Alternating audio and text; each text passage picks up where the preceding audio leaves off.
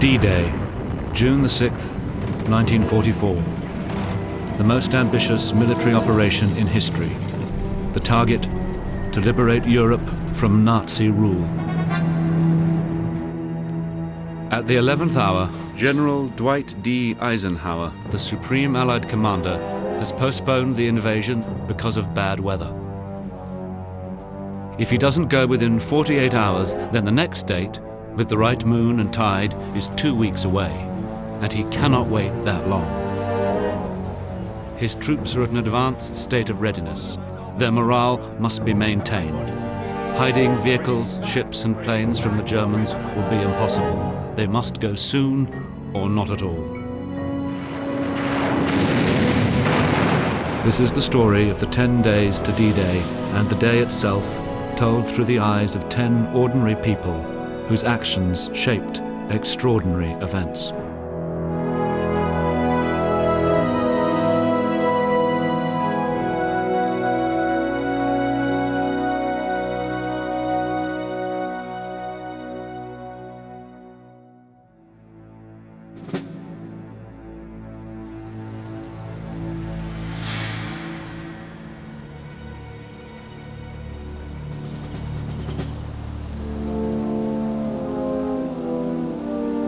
On this day, German commander Erwin Rommel makes a decision that he will always regret.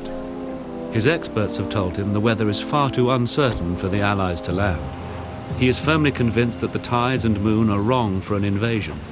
He leaves his headquarters, climbs into his staff car and heads for Germany. Rommel has decided to return home for his wife Lucy's 50th birthday, which is 2 days away. At the critical moment, the man in charge of repelling the invasion is absent from his post. In Britain, as the day goes on, the clouds start to gather. It becomes clear that Eisenhower has made the right decision to postpone the invasion. Admiral Sir Bertram Ramsay, commander of the naval operation, notes this in his diary. The weather got progressively worse from midday, having been lovely at 04:15, making the decision to postpone more difficult. As the day went on, the forecast became more fully justified.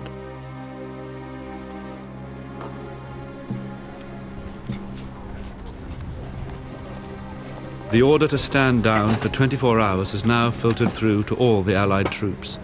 It is received with mixed emotions by Commando Cliff Morris. Orders came for moving, and everyone is keyed up. Excitement at fever pitch. However, orders are postponed at the very last minute as weather is unfit for airborne operations. This is a real blow to us and dashes our hopes to the ground. We wanted to go, whatever the weather, but there'd be no surprise we were there too long. We wanted to get on with the job, because the longer we were in that camp there, the more the Germans would learn about us.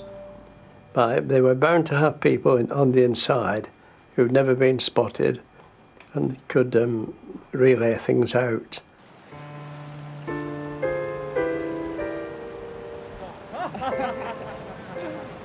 Across the Channel, unaware these are the last days of unchallenged occupation, German soldier Walter Schwender has been swimming with friends. Was trinkt ihr? He believes, should the invasion come, it will pose no threat to Germany. Prost! Prost! Prost! His commanders have been encouraged in this belief by the Allied deception plan.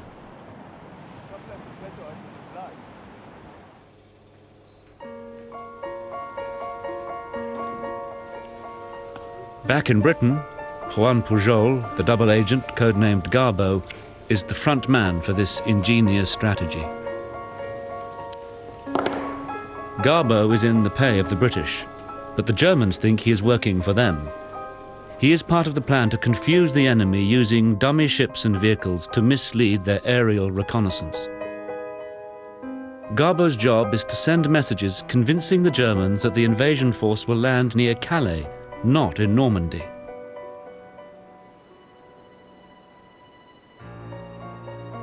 Today, he spins an even more far-fetched yarn, that the Allies might not land in France at all, but in Norway.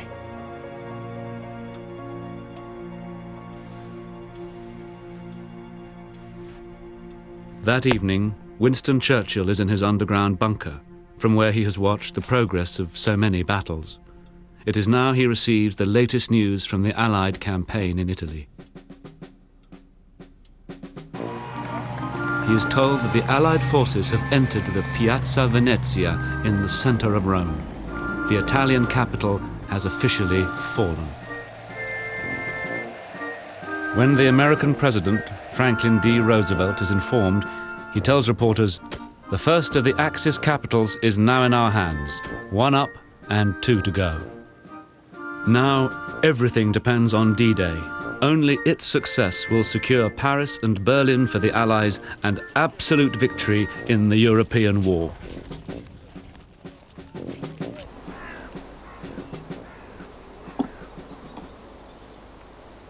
That evening in France, British agent Sidney Hudson perfects his false identity.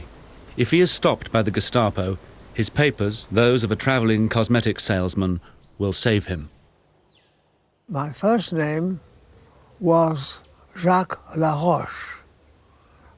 Laroche is apparently a French name, but from the east of France, so that I knew if I didn't quite fit in, that I could say I was from the east, which I did on occasion. Sidney's job is to run a network of French patriots. Night after night they cut telephone wires and blow up railway lines. Anything to undermine the Germans' ability to function.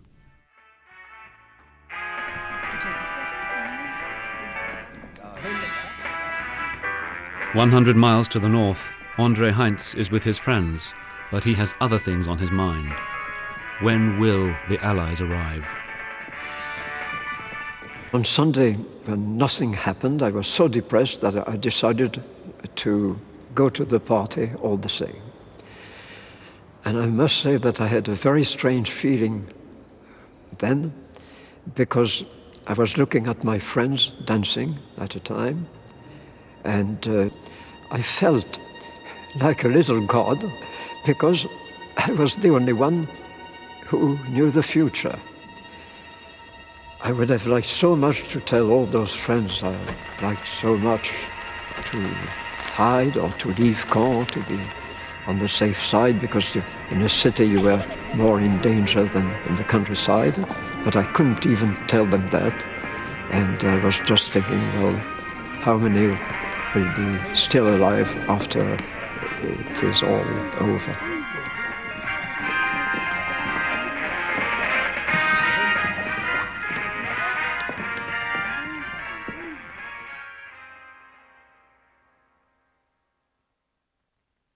The fate of the people of Caen is with the Allied commanders.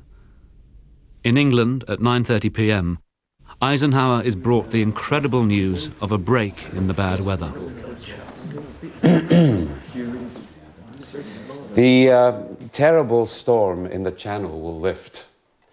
The depression will move off to the east, and the weather in a day and a half should be clear for the landings. It's nothing short of a miracle. Well done. Mercifully, almost miraculously, the almost unbelievable happened about midday. A lull between two depressions that would offer a 36-hour window of opportunity. By the morning of Tuesday, the 6th of June, the winds will slacken, the sea get calmer, and the cloud cover might lift. And that, gentlemen, concludes my assessment of the current situation.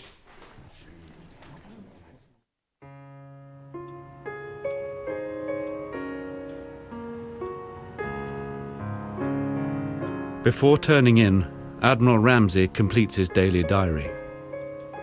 At 2100, held another commanders' conference at which the weather prophets were more optimistic. The grounds were not good, and we were obviously taking a big chance. But it seemed to be Tuesday, or not this week at all. At midnight, as a storm rages outside, James Stagg notes in his diary the paradox of the weather. When the weather was good early this morning, D-Day was postponed. Now it is bad, it has the go-ahead. It all looks a little mad. But, mad though it may be, there is no turning back now.